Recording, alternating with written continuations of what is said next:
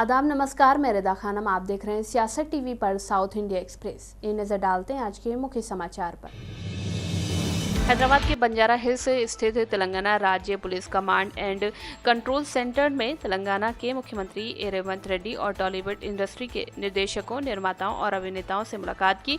Telangana film विकास निगम के अध्यक्ष दिलराजू के नेतृत्व में प्रतिनिधिमंडल ने मुख्यमंत्री से मुलाकात की ताकि शीर्ष अभिनेता अल्लू अर्जुन की गिरफ्तारी के बाद सत्तारूढ़ सरकार और डिंसल टाउन के बीच कथित तनावपूर्ण संबंधों को शांत किया जा सके। इस बैठक में नागार्जुना, वरुण तेज, साई धर्म तेज, कल्याण राम, शिवा बालाजी, अदावी शेष, नितिन और वेंकटेश जैसे अभिनेता शामिल हैं। इस बैठक में कोटटाला, शिवा, अनिल, रविपुडी और राघवेंद्र राव, प्रशांत वर्मा, साई राजेश जैसे निर्देशक और सुरेश बाबू, के.एल. नारायण, दामोदर, अल्लू अरविंद, चिन्ना बाबू जैसे निर्माता मौजूद रहे। ये बैठक राज्य सरकार द्वारा ये घोषणा करने के बाद हुई है कि वो लाभ के कार्यक्रमों के लिए अनुमति नहीं देगी और टिकट दरों में वृद्धि करेगी। हैदराबाद पुलिस ने संध्या थिएटर में हुई भगदड़ के लिए पुष्पा 2 अभिनेता अल्लू अर्जुन और मैथिली मूवी मेकर्स के खिलाफ आपराधिक मामला दर्ज किया है। बीआरएस के नेता एरोला श्रीनिवास को बंजारा हिल्स पुलिस स्टेशन में दर्ज एक पुलिसकर्मी की ड्यूटी में बाधा डालने के मामले की जांच के संबंध में उनकी नोटिस का जवाब देने में विफल रहने के बाद मसब टैंक में पुलिस ने हिरासत में ले लिया। पुलिस नोटिस देने के लिए वेस्ट में रेडपल्ली स्थित उनके घर पर गई थी, लेकिन श्रीनिवास ने दरवाजा नहीं खोला। स्थिति की जानकारी होने पर बड़ी संख्या में बीआरएस कार्यकर्ता वहां पर इकट्ठा हो गए और पुलिस से भिड़ गए, जिससे झड़प हो गई। विकास की आलोचना करते हुए बीआरएस ने राज्य में शासन की तुलना इमरजेंसी की मसब टैंक पुलिस स्टेशन के इंस्पेक्टर की देखरेख में जांच की जा रही है। बंजारा हिल्स पुलिस ने बीआरएस के विधायक पाडी कौशिक रेड्डी को एक सरकारी अधिकारी को उनके कर्तव्यों के पालन में बाधा डालने के आरोप में दर्ज मामले के संबंध में नोटिस जारी किया। पुलिस ने कौशिक रेड्डी को शुक्रवार सुबह 10 बजे जुबली हिल्स पुलिस स्टेशन में पेश होने के लिए कहा है। तेलंगाना के सीएम के साथ तेलुगु फिल्म उद्योग के प्रतिनिधियों की बैठक के बाद तेलंगाना फिल्म विकास निगम के अध्यक्ष दिलराजू ने कहा कि सीएम ने कहा है कि हमें तेलुगु फिल्मों को वैश्विक स्तर पर ले जाना चाहिए। गोइंग टू नेशनल वाइड बहुत इम्प्रूव हुआ। अभी तेलुगु फिल्म को और इंडियन फिल्म को कैसा ग्लोबली इंटरनेशनल में लेके जाने के लिए आप लोग ट्राई करो। ये छोटा छोटा नहीं, सेम टाइम हैदराबाद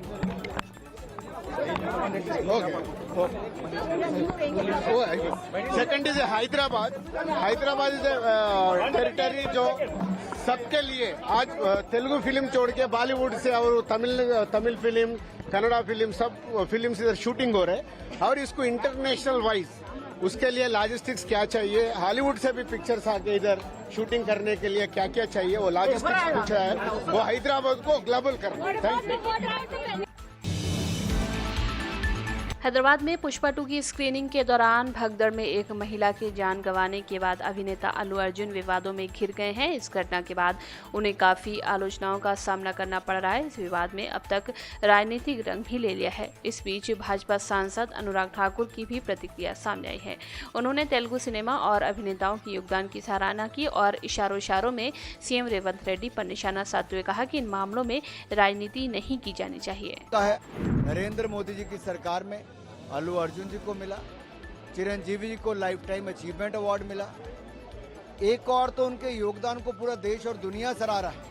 मुझे लगता है किसी कंट्रोवर्सी को खड़ा करने की बजाय प्रयास होना चाहिए कि संवाद हो, सुरक्षा का ख्याल रखा जाए, ना कि राजनीति की जाए। इंडस्ट्री में स्पेशली तेलुगु एक्टर्स ने अगर आप उनका योगदान देखें तो फिल्म को और भारतीय सिनेमा को ग्लोबल मैप पे ले जाने का उन्होंने काम किया है और कुछ लोग उनको फ्लोर मैट पे लाने का प्रयास कर रहे हैं। बहुत बड़ा कंट्रीब्यूशन हमारे फिल्म इंडस्ट्री का, अभिनेताओं का है। अगर आप पिछले कुछ वर्षों में देखेंगे, जहां एक और नेशनल अवार्ड नरेंद्र मोदी जी की सरकार में अल्लू अर्जुन जी को मिला, चिरंजीवी जी को लाइफ टाइम अचीवमेंट अवार्ड मिला। एक और तो उनके योगदान को पूरा देश और दुनिया। आंध्र प्रदेश के मुख्यमंत्री चंद्रबाबू नायडू ने प्रधानमंत्री मोदी से मुलाकात की। साथ ही उन्होंने पोलावरम और अमरावती के विकास के लिए मिली आर्थिक सहायता के लिए उनका धन्यवाद किया।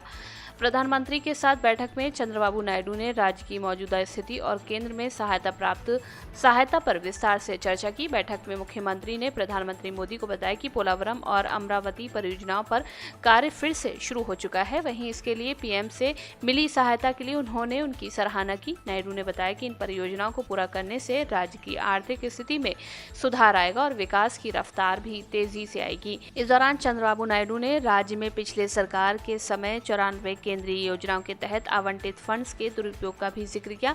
उन्होंने कहा कि इससे राज्य को भारी नुकसान हुआ था, लेकिन अब इन योजनाओं को फिर से शुरू किया गया है, जिनमें से 74 योजनाओं को फिर से लॉन्च किया जा चुका है। नायडू ने पीएम से आंध्र प्रदेश में आर्सेलर मित्तल स्टील प्लांट के लिए भी केंद्रीय सहायता की अपील की है, ताकि किसी भी तकनीकी अड़चनों को तुरंत हल किया जा सके। कांग्रेस के बेलगावी अधिवेशन में पोस्ट पर लगे भारत के नक्शे को लेकर देश भर में राजनीति गर्मा गई है। भाजपा ने आरोप लगाया कि पोस्टर में कश्मीर को पाकिस्तान का हिस्सा दिखाया गया है। भाजपा आईटी सेल के हेड अमित मालवीय ने एक्स पर पोस्ट में कहा कि बेलगावी कार्यक्रम में कांग्रेस ने अपने सभी होर्डिंग्स पर भारत का अधूरा नक्शा लगाया है। उस पोस्टर में सोनिया गांधी, राहुल गांधी और प्रियंका गांधी सहित अन्य लोगों की तस्वीरें लगाई गई हैं, जिसमें कश्मीर को पाकिस्तान का हिस्सा दिखाया गया है। एक दूसरी तस्वीर उभर कर सामने आती है जो हृदय में बहुत पीड़ा उत्पन्न करती है। बेलगावी में कांग्रेस के द्वारा जो आयोजन किया जा रहा है, उसमें बीजेपी कर्नाटक की तरफ से एक ट्वीट जारी होता है, जिसमें भारत के नक्शे में पाक अधिकृत कश्मीर और अक्साई चिन्ह गायब दिखता है। आप लोग इसको जाके चेक कर सकते हैं ट्विटर पे। कई बार इन्होंने इससे पहले भी किया है, डिलीट करने का प्रयास किया गया, कुछ ट्वीट्स डिलीट भी किए गए थे। और महत्वपूर्ण बात यह है कि महात्मा गांधी की फोटो के साथ लगा है। तो इसलिए आज के इस अवसर पर मैं अपनी वेदना व्यक्त करना चाहता हूं कि ये वो भारत देश है क्या इसी के लिए जिसके लिए राणा प्रताप ने घास की रोटी खाई थी, इसके लिए शिवाजी। कर्नाटका के बेलगावी में 1924 के कांग्रेस सत्र के शताब्दी समारोह पर एलओपी कर्नाटका विधान परिषद चलवाड़ी नारायण स्वामी ने कहा कि ये नकली कांग्रेस और नकली गांधीवादियों का महाधिवेशन है। हम इसमें भाग नहीं लेंगे। ये कर्नाटका सरकार प्रदर्शित कर रही है। नकली गांधीवादी, हम इसके खिलाफ हैं। महाधिवेशन इस नकली गांधी और नकली कांग्रेस के महाधिवेशन है, उसके वास्ते हम कोई उसमें भाग नहीं लेंगे। ये कर्नाटका सरकार कुछ है, ये नकली गांधीयों का ये प्रदर्शन कर रहा है, उसके वास्ते हम इसके खिलाफ लड़ेंगे। कश्मीर का मैप का भी मैं देखा हूँ, सियाचिन और पीओके छोड़ के ये मैप बना के लगाया। ये तो वो कांग्रेस की मामला है। 23 दिसंबर की रात को चेन्नई में अन्ना यूनिवर्सिटी में पढ़ाई करने वाली एक छात्रा के साथ दुष्कर्म की एक हैरान करने वाली घटना सामने आई। ये घटना विश्वविद्यालय के कैंपस के अंदर हुई, जहां आरोपी ने छात्रा के साथ रेप किया। ये घटना उस समय घटी जब छात्रा अपने दोस्त से मिलने के लिए कैंपस की पुरानी बिल्डिंग के पास गई थी। आरोपी ने पहले दोनों का वीडियो बनाया और फिर छात्रा के दोस्त को धमकाकर वहां से भगा दिया। अकेले पाकर आरोपी ने छात्रा के साथ दुष्कर्म किया और उसके बाद उसे धमकी दी कि जब भी वो उसे बुलाएगा वो उसे मिलने के लिए आना पड़ेगा। घटना के बाद छात्रा ने बिना किसी डर के पुलिस को इस बात की जानकारी दी और 100 नंबर पर फोन कर पूरी बात बताई। पुलिस ने घटना की गंभीरता को समझते हुए तुरंत कार्रवाई की। पुलिस ने सीसीटीवी फुटेज की मदद से आरोपी की पहचान की और उसे गिरफ्तार कर लिया। साउथ इंडिया एक्सप्रेस में बस इतना ही। मुझे दें इजाजत। बाकी खबरों के लिए बने रहें सियासत टीवी के साथ।